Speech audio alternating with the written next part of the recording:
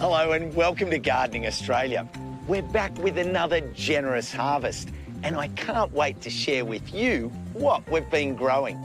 I'm here on the Central Coast, north of Sydney, and this garden is worth a look. No time like the present, let's dig in.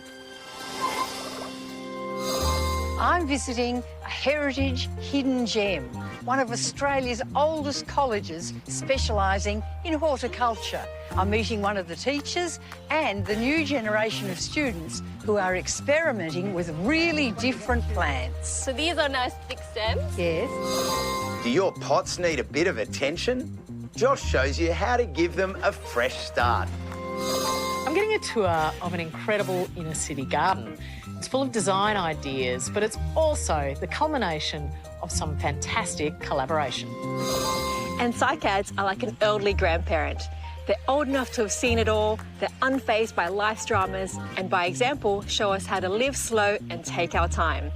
I'm here at Mount Annan Botanic Gardens to take some notes.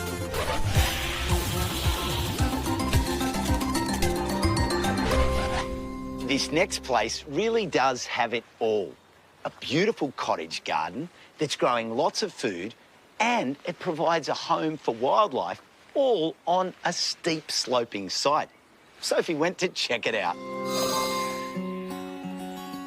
This welcoming garden is designed for people, pets and wildlife because here, flowers, fruit, native plants and veggies all get to share this generous space.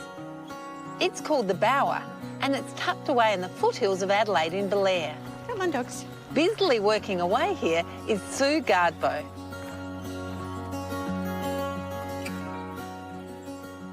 So why is the garden called the Bower? A bower is a private place for a woman to go, a secret sort of place of comfort and quiet and solitude.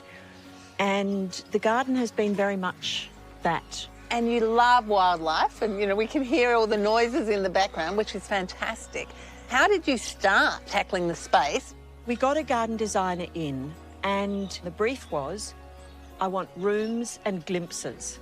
So I want to be able to, you know, go to places and be able to see, you know, a glimpse of what's in the distance, but not easily get there.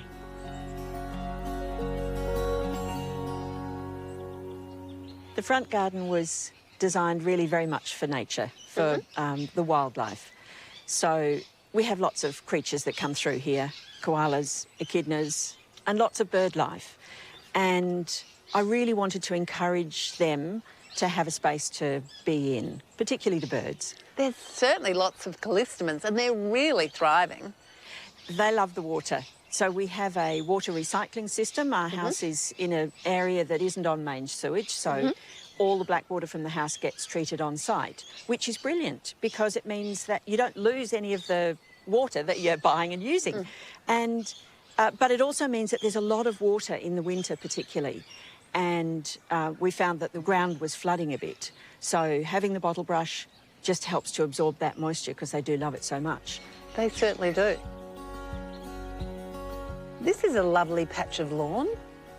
Yeah, and it's got a bit of a story to it. So this was originally a concrete courtyard with the rotary hoist in the middle, and the heat bank was phenomenal. So it really impacted on us in the house in terms of just, you know, household temperature, but also on the plants growing down here, you know, putting things in pots where there's concrete all around. It's really hard work for them with all that radiating heat. So putting down the grass has made a huge difference. And how did you go about doing that? It wasn't easy. So like most things in this place, because we're on a steep slope and access is really difficult, everything becomes challenging. The concrete slab, we couldn't get it dug up because the builders couldn't get access in here, so we had to leave it down. So we went for a rooftop garden solution. Wow. So you get these plastic crate things. I mean, they look like egg crates and they have little kind of water reservoirs in them. And then a layer of geotextile, a layer of soil, grass goes on top, and there you go. So this lawn is on top of a solid concrete slab? Solid concrete slab, yeah. It's only about, you know, that deep from the concrete to the top of the grass. This is a great solution, but it also leads beautifully into the plants behind, doesn't it? It does, and most of the garden is up the back, so come on up and have a look. Okay. Now, because it's such a steep block, I noticed that you've got a ramp here as well as the concrete steps. Yes, so it was just originally concrete steps, and then my husband built the ramp to enable easier access, because everything has to come up here. This is it. Wow. So you mean all the mulch, fertiliser, plants, everything has to come up the steps? And the soil, yes. Wow. Because when we started, the block had been bulldozed and all the topsoil had been removed.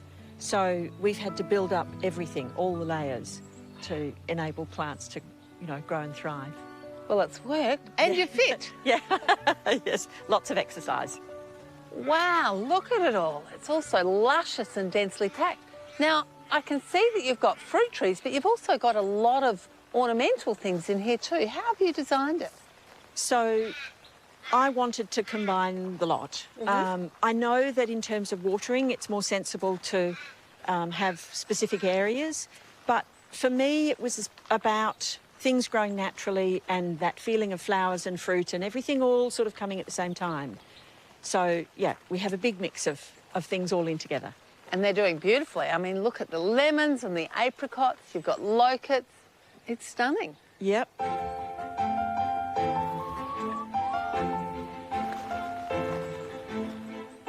What a gorgeous shady spot. It's lovely, isn't it? Yeah, this hillside was a bit hard to plant on because it's the only place in the garden that wasn't bulldozed flat. I started off with silver birches and things that died instantly, and have ended up with this white chartreuse mulberry. Beautiful. Look how productive it is. Lots of fruit, which are beautifully sweet. They're quite delicious.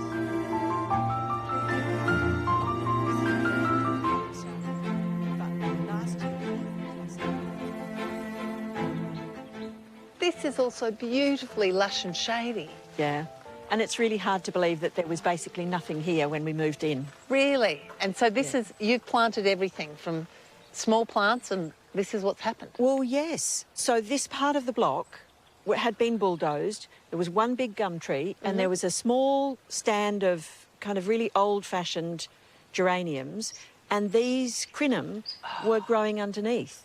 Not doing very well because it was much too hot for them and they were too exposed. They weren't getting any water. So we moved them into this space and they've just taken off. Oh, yeah. Don't they look gorgeous? And that perfume is delicious. Lovely, lovely sweet perfume.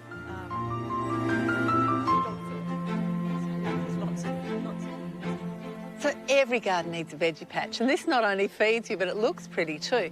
But I noticed we've got concrete again. Yeah, we have. We've inherited another hard surface to deal with. So this concrete was the base for a shed that was up here. There was a horse, and that was the horse shed. The shed is now gone, but we've been left with the concrete. So you've done raised beds on top of the concrete? We did. We had just normal raised beds initially, and then we converted them over to wicking beds. So wicking beds would be more efficient with water now too, so it's made it a lot easier, I bet. Absolutely. And again, it's this issue of a steep site. So coming up here, you're away from the house and it's easy to forget to do the watering. So before I had the wicking beds, in the heat of summer, I would be up here twice a day. I'd have to come up before work and after work to water them, just to keep the veggies alive. Now, twice a week is all they need.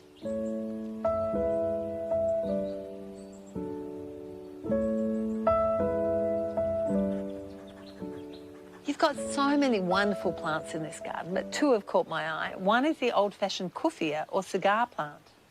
Yeah, that's a lovely one. It's really reliable, tough, and the birds love it. And I also noticed that you've got a couple of beautiful planters of Sarracena or pitcher plant in your ponds. Yeah, they're doing really well there. And flowering. I mean, who knew they had flowers? And their flowers are stunning, aren't they? They are, aren't they? Yes.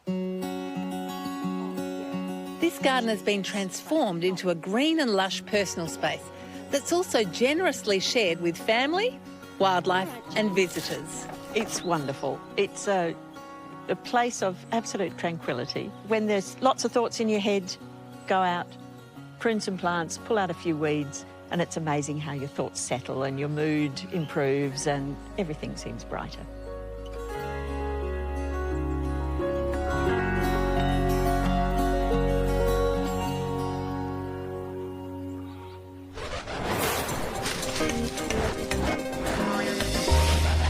What is a zygomorphic flower? Well, zygomorphic or zygomorph is a Greek word where zygo means a pair and morph means shape. Essentially, it describes a mirror image. Now, scaevolas are a great example of a zygomorphic flower. It means if you split it down the middle, from top to bottom, each side is symmetrical.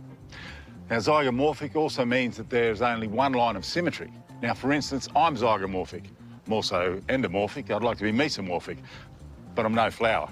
Now, if you split me down the middle, I'm essentially the same either side. The mirror never lies. What is this bug? This is an assassin bug. It's a pretty unusual looking insect with long, thin legs and a sharp beak for catching prey.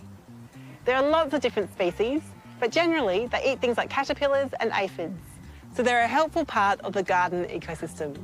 Just don't go playing with them because they can give you a nasty bite if they feel threatened. What makes a good orchid for a beginner? Well, I don't think you can go past epidendrum, the crucifix orchids. They're pretty easy to grow. In fact, they're a lesson in leaving orchids alone. It really does need a minimum of 6 hours sunshine each day, a frost-free climate and a little bit of shelter. In hot, dry weather, I'll give it a splash of water, and once a year, I'll give it some slow-release orchid fertiliser. If you need to repot them, well, you can use decomposed bark and charcoal in a mix. And that's pretty much it. This plant is now 9 years old and it flowers about 9 months of every year.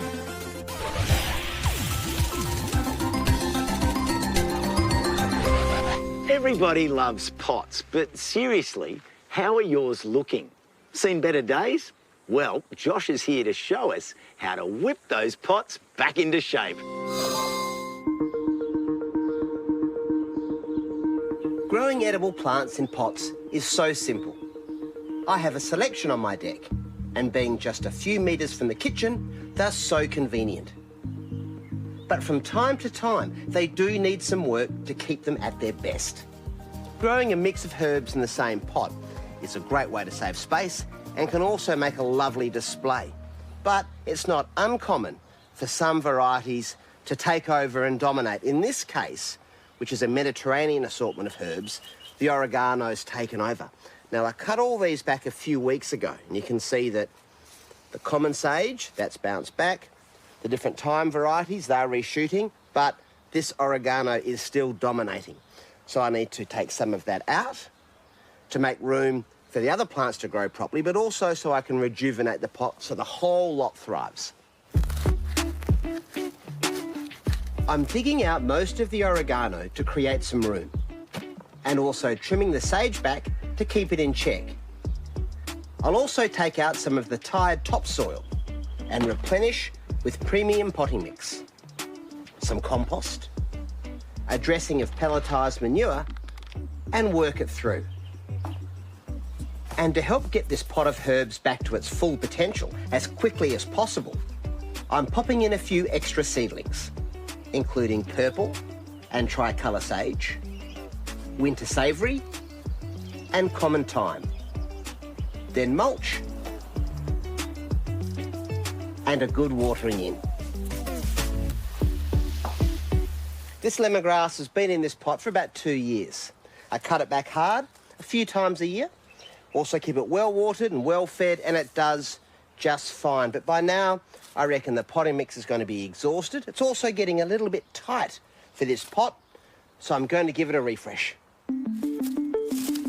The first thing to do is cut the foliage off to reduce stress on the plant.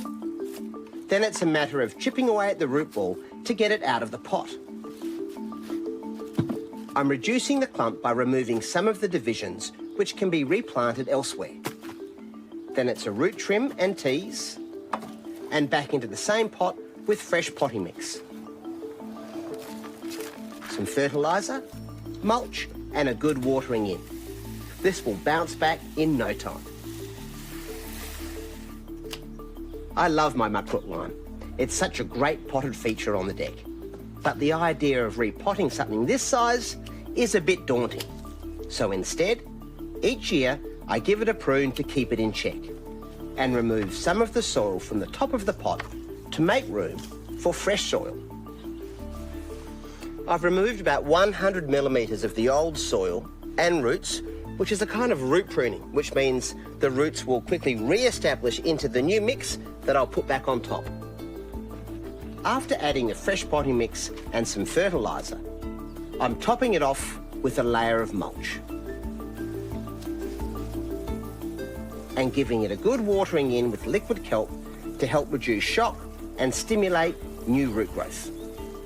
Potted plants can be prone to the old set and forget mentality. If you walk past them every day, you might not notice those incremental changes. But it's worth inspecting their condition and giving them what they need. If you do that, they'll keep on giving back.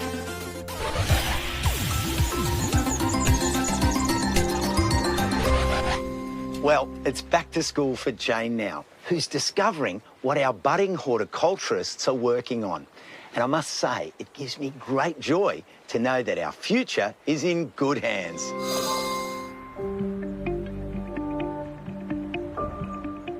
Not far from Melbourne CBD, alongside the winding Yarra River and busy freeway, is a heritage-listed hidden gem with century-old gardens. It's here that generations of horticulturalists and garden designers have been educated. Indeed, I was a student here a long time ago. This 9-hectare site, part of Melbourne University's Burnley campus, started in the late 1800s, and it was one of the first of its kind in the world. So guys, this is white yam, so Dioscorea alata, so this is grown all through the Pacific. Urban horticulture lecturer Dr. Chris Williams has taught at the school for the past 12 years. The gardens were opened in 1863 as a pleasure grounds, as a public park for Melbourne. But it was also the basis for growing fruit trees and experimental horticulture for the new colony. And then it was in the 1890s that the actual horticultural college was established.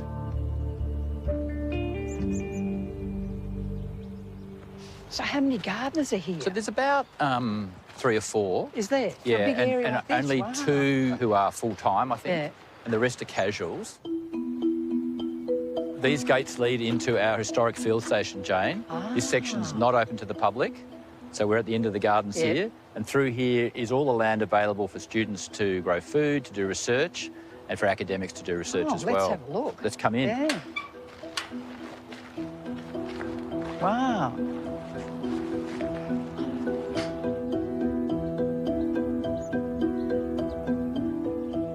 So what's your fascination here, Chris? Well, Jane, this is my novel crops demonstration area. This is a project that I got going in 2014. I thought, well, there's all this new interest in growing food again in cities, in backyards, community gardens, but I felt that a lot of very interesting plants, a lot of edible plants, weren't being grown in the mainstream gardens. Every square inch is virtually used, isn't it? Absolutely, Jane. So we've got a whole bunch of species. So we've got this sweep of sweet potatoes here. Now, as a ground cover, that works very well. Have you got one to show us? I have, so we can scratch around in here. Yeah. This is an orange type. These were planted quite late. Ah, look at that. Oh, So, you know, these are... Wow. So there we go. Oh, beautiful. Isn't that wonderful? So easy to grow? They are easy to grow, Jane, and the traditional method globally is to put cuttings straight in the ground. Yes. So you break off a piece of plant, Yeah. and probably longer than this one, and then in Melbourne's climate, late November to about mid-December, you just bury the cutting deep into the ground, or you can get the plant going as a cutting indoors or pots and then plant them when you're ready. Transplant them out. But they produce roots very easily. Yeah. Now, this is not your normal banana, is it? No, this is an Abyssinian banana, Yeah. otherwise known as enset. It's from the highlands of Ethiopia. Yep.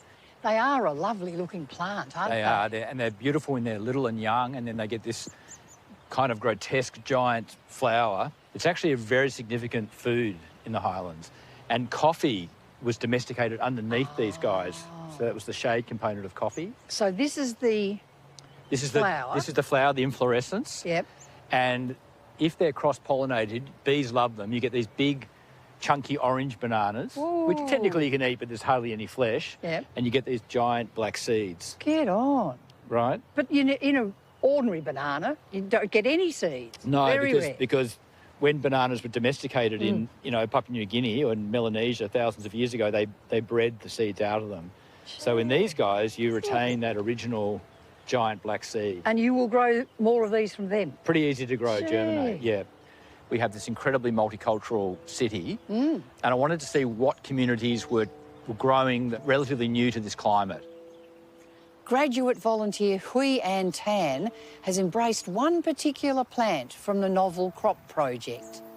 This is taro. So Elephant ears, yeah, otherwise that is. known. Yeah, yes, it's beautiful. It's a great crop. It's a food staple in many Southeast Asian countries, Yes. including Malaysia, where my family's from. Yeah. They actually eat the corn. We often steam or boil it. We maybe Yeah. can even try and get some here. All right, dig it up. Oh, you can just pull it out. Yeah, so that's here. Wow. My grandma was so excited to find out that we actually grow it here. She didn't know it was even possible. And now she's actually growing it in her garden as well. Is she? Yeah. Here in Melbourne? Yeah. Oh, isn't that lovely? So that shows you that this tropical plant can grow quite well. Oh, look at that. Wow. That's amazing. And what's your job now? Apart from volunteering here, you do other things. Yeah, so I work in urban forestry and ecology, work in urban greening in the city, just trying to get more green spaces. Fantastic. Graduate student Dwij Jitan travelled from Mauritius to study horticulture at Burnley. What's the plants that you really like? Obviously, this beautiful sugarcane, and like I did the food production subject with Chris.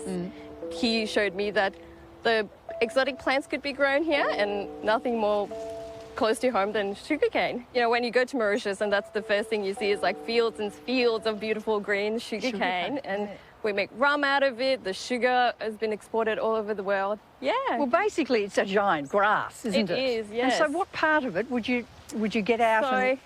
You would show us? basically just harvest the main trunk of the Yes. sugarcane. So obviously this one's a bit young, but I'll show you a better one on the side. Okay. All right. Now, which one are you going to choose? So these are nice thick stems. Yes. Oh, that got through it quickly, didn't it? Yeah. Wow, so there's your sugar cane. Yeah. That's amazing. Yeah. So basically you would peel it and you'd start eating it. It's very sweet and juicy. So what about your career now? What are you doing? I am in therapeutic horticulture, so I found my passion in like linking nature and people. I work in a corrections education, so using horticulture as rehabilitation for the prisoners. Yeah, gardening is a big part of them being able to go out and rehabilitate them when they get out of prison and be able to find a job.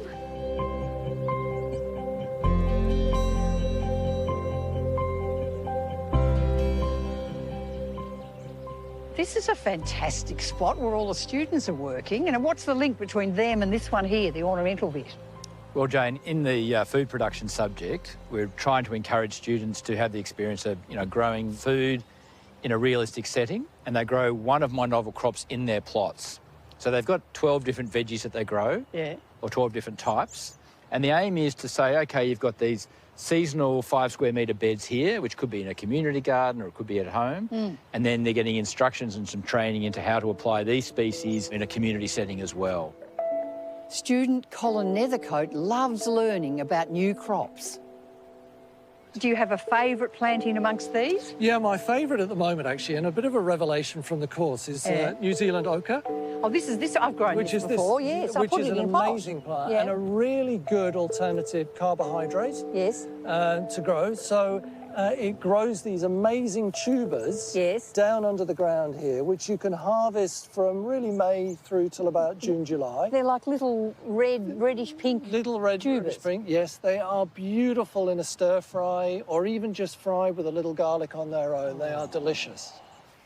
And is it fun working with all the other people? It is absolutely fantastic. And you know, Jane, I'm at the back end of my career, obviously, Jane. Yeah. So I started out as a military helicopter pilot in the UK, and I did that in my early 20s and then transitioned into corporate communications. Decided I wanted to do something different and with a little bit better balance, and certainly something that was outside of the office. Well, you couldn't have got more different, could you? Absolutely. A garden plot. It's given me more than I could ever have asked for. It's a terrific course.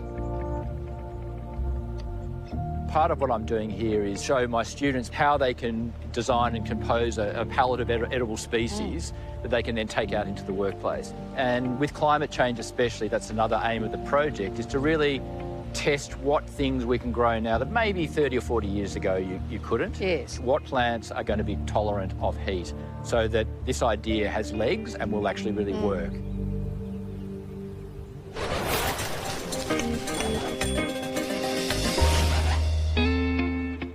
No matter how much love and attention you give to your garden, there's always going to be that one tree that causes a tiny problem.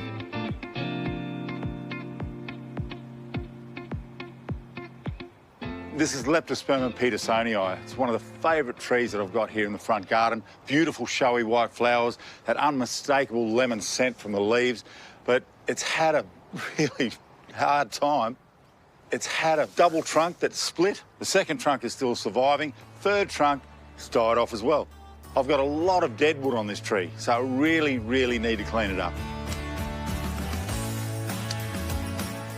Now, cleaning up the dead wood is great for the tree, but sometimes leaving just a little bit here and there allows for the retention of form, but also they're handy for hanging baskets. Now, your secateurs will only get you part of the way. On a tree this size, you'll also need to reach for the loppers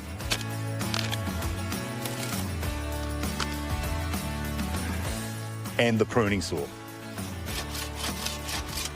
With the heavier branches, start with an undercut and then finish it with an overcut. So you get a really nice, clean cut all the way through. And avoid tearing the branch. Righto, there you go. 20 minutes on the tools, remove all the dead wood, nice and clean. This tree looks great. Still to come on Gardening Australia, Jerry's got a need for seed and it's time to prep his beds. Hannah introduces us to an old technique for planting crops together. And Tammy shows us some ancient favourites.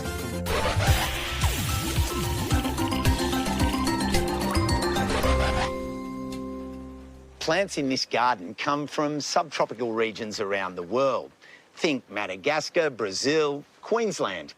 And while there's lots of diversity in the trees, shrubs and ground covers here, they also share similar climate requirements. And they tend to grow together very nicely and thrive in warm, frost-free conditions.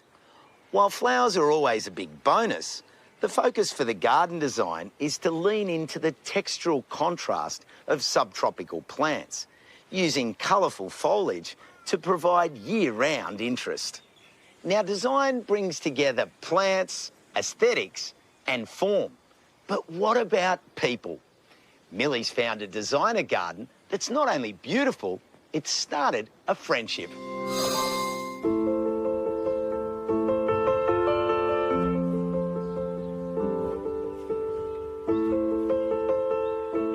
I'm always so excited when I spot a front yard like this. It's absolutely packed with plants, lots of small trees and lots of diversity, which softens this gorgeous modern house. And lucky for us, we get to have a look at the back. When Jen Cass and her family moved to Northcote, in Melbourne's inner north, she turned to local landscape designer Fran Hale with the aim of turning their hot property into a very cool garden. So we bought this beautiful new modern house that was very light and airy, and the family who built it lived in it for about 3 months and then sold. There was no garden. There was plastic edging, a bit of gravel out the front. And after we lived in it for one summer, we also realised that it was incredibly hot. And so I guess it was a mix of wanting a beautiful garden that matched the house, but also it was a practical consideration to really bring the heat down as much as we could. When you come to a clean slate like this, Fran, what's your starting point? Where do you actually start to imagine what it can be? Well, I mean, Jenny had an amazing brief, which was that she just wanted to put in lots of plants. She was sort of excited to be in the home and start her interest in gardening, and she was like, I just want to grow lots of different things, which is a great brief, because usually people say to me, I want low maintenance, I don't want anything too hard. And then the other really great part of Jenny's brief was that she said she didn't want any lawn, which of course we love lawn in the right setting, but it is exciting to think, okay, how are we going to fill up the space and use the space to balance out like the full lush beds? And so the process began, from discussion to drawings, from drawings to garden. So we had this idea to do these loose stepping stones in these open spaces with the ground cover, and then using the rocks. She wanted a bit of whimsy and playfulness in the garden. She's got 3 gorgeous children, and we wanted to create a bit of a fun zone that they could explore, experiment and play in the garden as well. And I love that there's so much plant-driven design happening. Oh, yeah. I mean, that's one of your key principles. Absolutely. I just feel like the architecture is the architecture. Usually the architects in the homes that we're working with are pretty sort of bold, and you just really want the garden to be soft and really balance that bold architecture and plant it in every opportunity. So you just want to get as many garden beds in as possible. So when you're looking out the windows, you just see this lovely, inviting green environment, like lots of layers, and I think it just really brings that nature close into the home, and I think people really love that. It just makes home really feel like a sanctuary, and come home from work and open the doors and there's just something green just right there. People work hard and have busy lives, you know, they're always rushing around, and I think coming home to a garden, it just makes you feel relaxed. It just gives you this beautiful sense of place. It's quite a dynamic space. It really is. Like over summer, there's a perennial sort of meadow vibe. I mean, everyone loves green on green as well, but having just that beautiful meadow effect has also been a lovely part of this garden. We wanted to make a destination in the garden for entertaining, which was back and deep into the garden instead of just being connected. There is already you know, space off the house, which can come out, sit at the table. But we wanted to do that spot further down in the garden, sort of immersed under climbers and shade. And so it's got that extra sort of outdoor living zone, which I think the adults love just as much as the kids. It feels like a complete extension of the house. So it's outdoor rooms, places where people can go if they want some quiet time, or they're really useful spaces. So when we have people over, everyone gravitates towards this area where the pizza oven is and the shade is, and it's a combination of beauty and function, I guess. Was there a collaboration element to this garden? Well, I think I was just always over here, popping in. It's in my neighbourhood. And I'd come home and just find plants on my doorstep. Oh, yeah. Every now and then I'm like, oh, Fran's been. Send me a message and say, where should I put it? And I'd be like, I don't know, there's no space, just shove it in somewhere. You'll find a spot. Yeah. Yeah, and we did. Yeah. I think there was only one plant I just could not place. Which was that? The Bartlettina. I gave it to a friend. That would be fabulous in this garden. There's just nowhere to put it. This has inspired you professionally too, this garden. It has, yeah. I guess during COVID, like many people, I sort of looked at new directions and thought about what I wanted to do. And having seen and worked with Fran through the whole process, I just thought, hang on, this brings together creativity, plants, working outdoors, bit of mathematics, and I just thought it's all of the things that I actually really quite enjoy. So I went back to Burnley, the beautiful campus at University of Melbourne, with a friend of mine, and we did the garden design course. And since then, I've just been slowly growing a little side business in garden design, and Fran has been an excellent mentor throughout that process. I've noticed those sedums aren't doing so well in that spot now that it's lost a lot of sun from the canopy tree. Yes, they were so beautiful in the first few years, but that whole microclimate has changed now, hasn't it? Yeah. This garden is such an inspiration. It really has so many ideas for how you can fill a modest-sized block with loads of plants and get so many different uses out of it. But it's also beautiful to see what creating a little garden like this can actually grow. Someone's passion for plants and design, and of course, that beautiful friendship. And maybe some anemones would be good through here, the windflowers. Yes, because that would really go with the meadow vibe of this section of the garden. Absolutely, love that meadow vibe. The meadow vibe.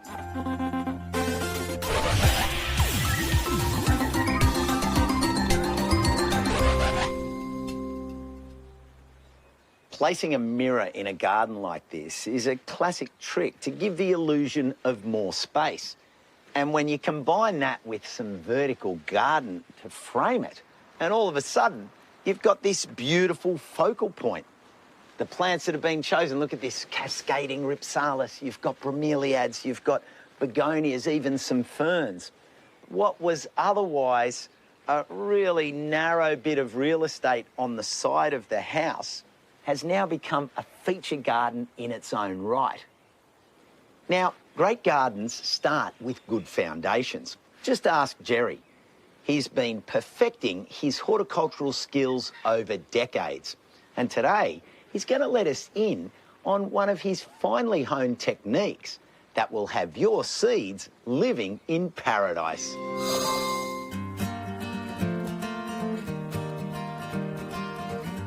Over the years, I've established a productive food garden that's supplied me with an abundance, whatever the weather. A big part of that process is understanding how to grow crops from seed. Growing from seed is economical, reliable, and allows you to access a wider variety of plants and their cultivars to grow and eat. It also means you can save seed each year. Sowing seed into a tailor-made seedbed is a surefire method for success, but there's a little bit more to it than plonking seed in dirt. I learned how to prepare the perfect seedbed from my nan, and it's never given me anything but success. Today, I'm going to share with you some Colby Williams family gardening secrets.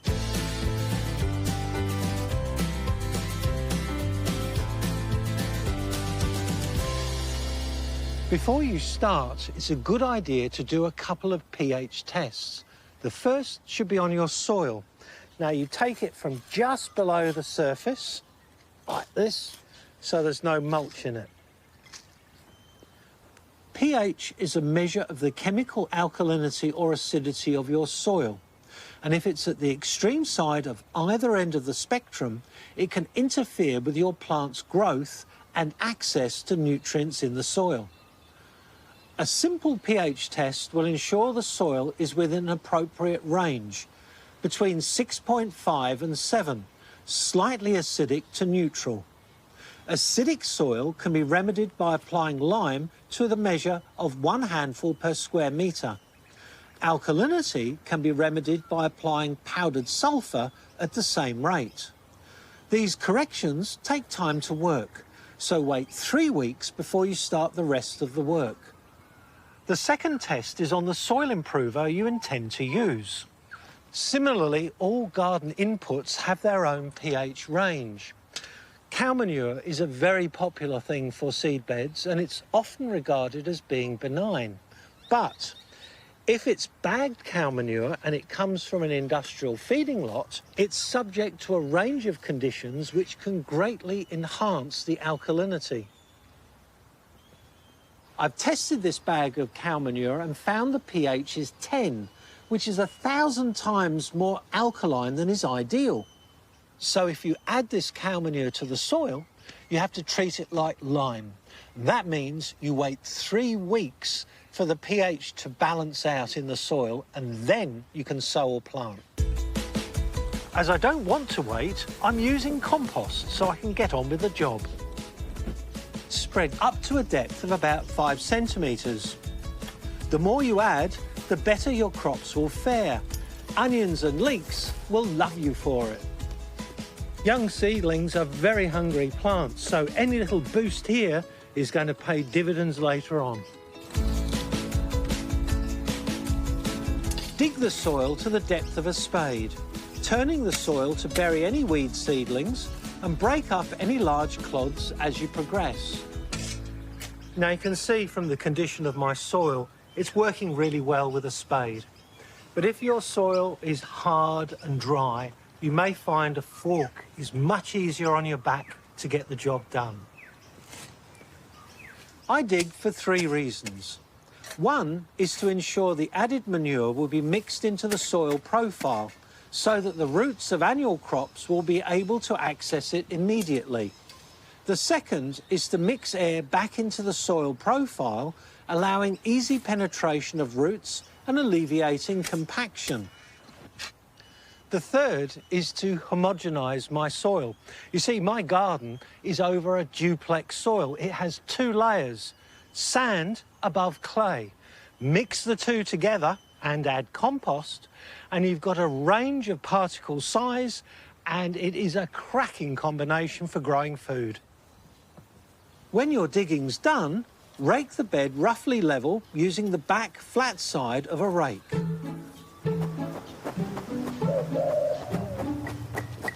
I then tread over the bed using pigeon steps. Place your feet close together so that you tread over the whole surface once, gently compacting it.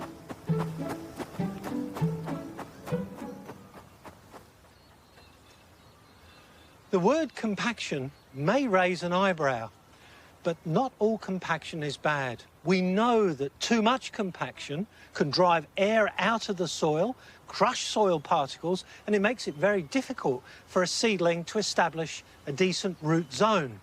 But a little bit of compaction can be really good. On the flip side, when you fluff up the soil, you create uneven air pockets that seeds can't grow in. Pigeon stepping eliminates surface air pockets, and it consolidates the ground so that seedlings and their roots have an intimate connection with the soil, just like Nan always wanted. It's the Goldilocks zone.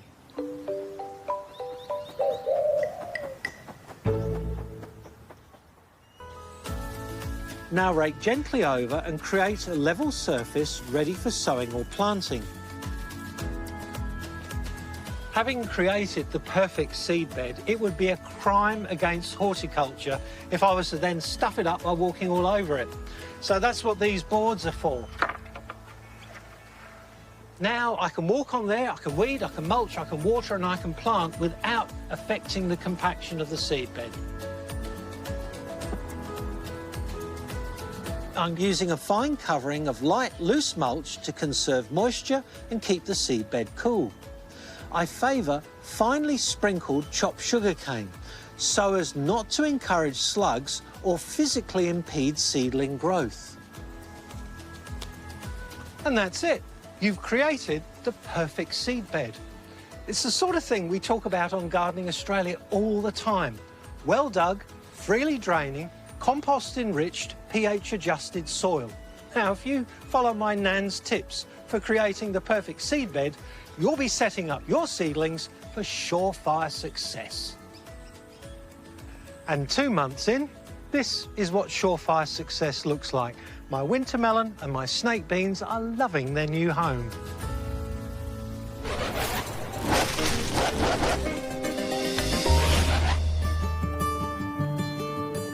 One of my favourite techniques I'm using in my productive garden at the moment is called the Three Sisters Guild. It's a lovely sounding name, but it also has a very practical purpose, and its origins go way back. Guilds are a collection of plants that mutually benefit each other, and it's the term for intentional, structured companion planting. The Three Sisters combination is a classic example that originated thousands of years ago from Indigenous agricultural and cultural practices in Northern America. The Three Sisters Guild consists of corn, pumpkins and climbing beans. These 3 crops not only provide a nutritious diet, but they also support each other as they grow. The corn gets tall, forming the perfect structure for beans to grow on. The pumpkins sprawl and cover the ground, suppressing weeds and reducing water loss. And the beans, which I'm planting now, fix nitrogen through beneficial bacteria and may increase nitrogen available in the soil. Now, usually I plant them sooner than this because the corn is quite tall, but better late than never.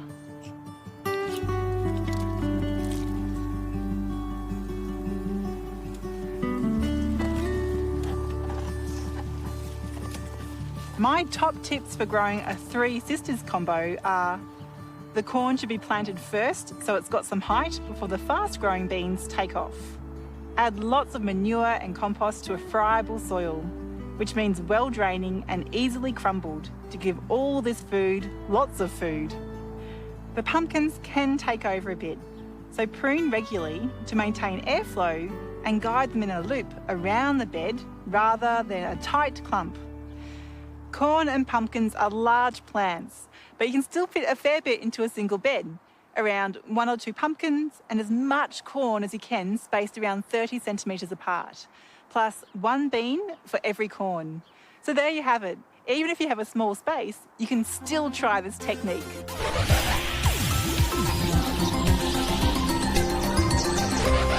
If you're onto a good thing, why change it? I mean, there's no need to fix what isn't broken. Tammy's introducing us to a group of plants that got things sorted millions of years ago, and they've been sitting pretty ever since. They've been around for over 250 million years, taking their time to evolve through all sorts of prehistoric dramas.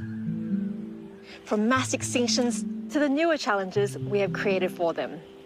Everything about cycads may seem long and slow, but they're survivors, and Australia has nearly 100 native species. Dr. James Clugston is a man passionate about cycads and has travelled the world hunting them down. The cycad spell uprooted him from the UK to Australia, where he settled and is now the leading expert here at Mount Annan Royal Botanic Garden.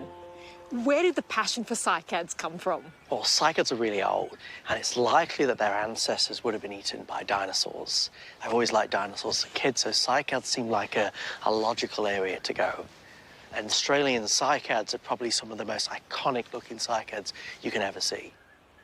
This plant is spectacular. What is it? This is Lepidozamia perovskiana. This is actually a New South Wales native plant. They have really big cones, and these cones can weigh up to 40 kilograms. Wow. So it's pretty heavy. How are the seeds distributed?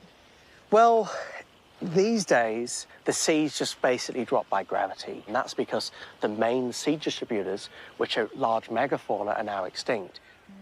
And would you say that it's a good garden plant? This plant is actually really nice. It's not that spiky. It can take the sun, but it can also take a lot of shade as well, so it's really adaptable. How long can we expect a plant like this to live? This plant is probably not that old, but in the wild, you can probably get specimens 400 or 500 years old quite easily. Wow. Well beyond our lifetime. And beyond our children's lifetime. So this one here, the trunk is quite tall and slender. This is a species called Cycas megacarpa, and it's from Queensland. But they're quite adaptable in many different growing conditions, and it does have quite a narrow trunk, but you can see how structurally interesting this trunk is. You can see these like striations, almost lines on the trunk. They're actually growth rings. So these plants are what you call dioecious, so they have separate male and female plants. Yeah. And these structures that are kind of hanging down, these are the old female structures, what we call to as megasporophylls, basically sporophylls being like a leaf-like adaptive structure. And if you look in the center of the stem, that is the female cone structure itself. And the seeds for cycads only are viable for around 2 years, so you can't actually store them in seed banks. So we have to grow them in the living collections of botanic gardens to be able to conserve them. A really good reason as to why more people should be growing them in their gardens. Absolutely. Cycas megacarpa is actually a really good garden plant, and they're really good on the balcony as well, because they suit really well to pots. And the reason why is they're slow growing, but they reach a finite size. And unlike palms that can keep on growing, these plants don't do that. And also they don't drop massive fronds as well onto the ground. This plant wants a bit more sun, generally speaking, but if you get a bit more shade, it works fine for these.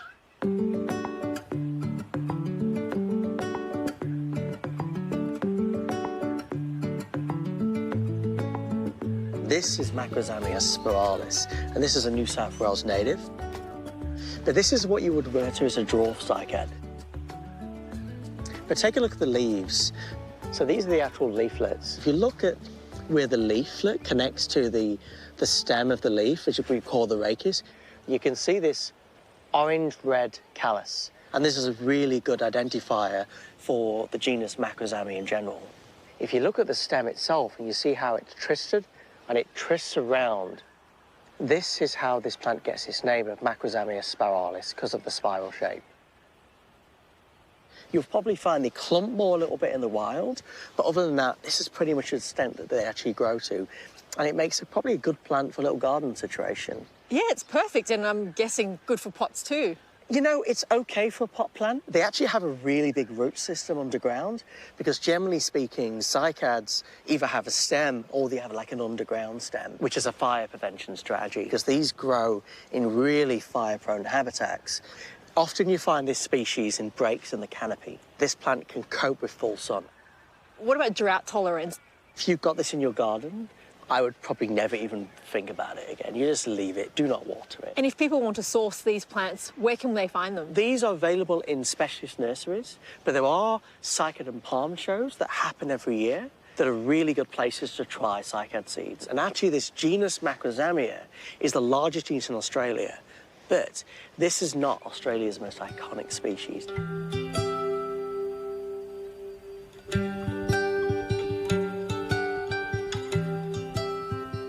So what is so iconic about this cycad? Well, look at it. It's incredible. This is Macrozamia macdonaldi from the MacDonald Ranges near Alice Springs in Central Australia. If you look at the leaves, it's got this like blue-green coating to the leaves and things, and this is like a natural adaptation. We call this glaucus. And what it is, it's actually a wax layer on the top of the leaf that's actually helping to protect the plant like a natural sunscreen so it can survive in the most driest and most arid conditions. I wouldn't say you could rub it on you and help you, but people probably have tried. This is a plant that wants a full sun spot to really make it shine and properly work. It makes a great pot plant, actually. Yep. It will require a big pot when it grows to like a plant this size, but when you do put it in the garden, this plant will probably get 2 or 3 times this size. And what's your garden like? Are there cycads everywhere? Well, I don't have a garden, I have a balcony, but I have plants on the balcony, and I have probably about 30 species of cycads growing at home. So I really care about these plants, and I enjoy growing them because they are great display plants.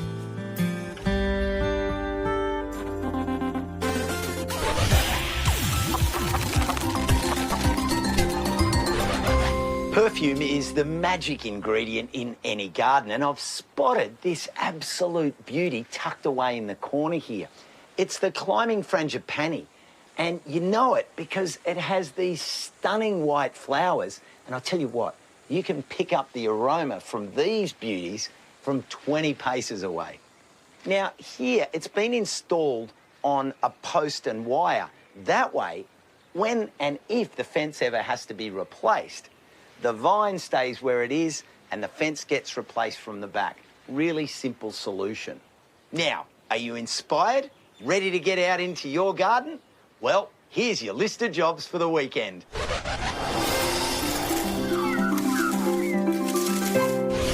Cool temperate gardeners, it's time to harvest mountain pepper. Fruit can be eaten fresh, air-dried or frozen. And don't forget the edible foliage to spice up your salad. Got a spot in your garden that's sunny in winter and shady in summer? Then how about a hellebore? These ornamental perennials are fantastic. They flower over winter and can be planted now. It's time to dig and divide rhubarb crowns. Strip off old leaves and spent stems, dig up the crown, divide with a sharp spade and replant about 1 metre apart. The leaves can be safely composted. In warm temperate gardens, nothing's better than a soak and a freshen up. So pop your indoor plants outside to catch some refreshing rain, bringing them back in before they get sunburned. With St Patrick's Day upon us, it's time to build a trellis and get sweet pea seeds into the ground. These old-fashioned, fragrant favourites will grow through winter, bursting into fab flowers in spring. Citrus gives us a load of fruit, so they need loads of feeding, and now's the perfect time. A handful of aged chook poo, some liquid seaweed-based fertiliser and a touch of trace elements is ideal.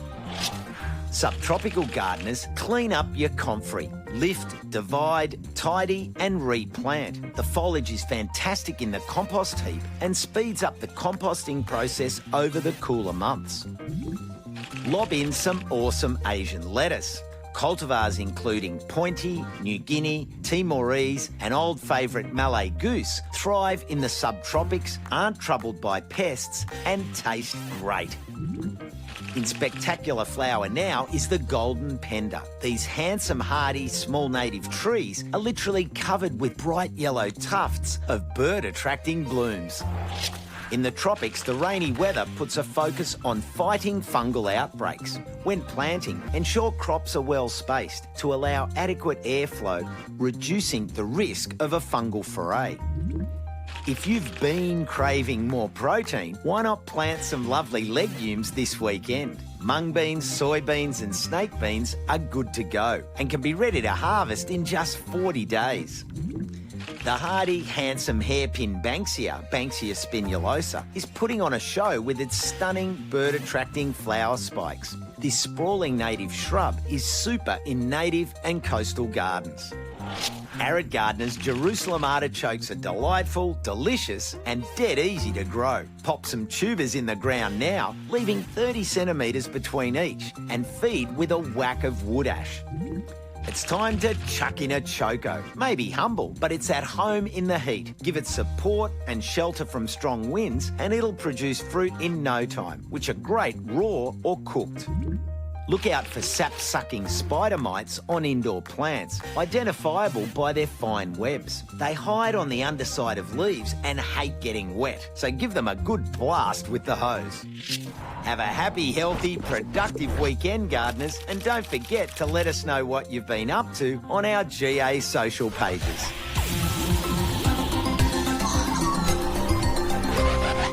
Well, it's time to blow the whistle on another week. But we'll be back before you know it with another truckload of gardening good times. Here's what's in store. I'm potting up a bowl of bush food flavours that look good and taste great. Chickens are such a great mate to have in the garden. I've had them since I was a really little kid, but they are voracious eaters. So I want to set up a few little systems to keep my girls in green. And I'm visiting a delightful country garden nestled high on a hill, 1 hour's drive northwest of Brisbane. Wow, those grass trees are a knockout.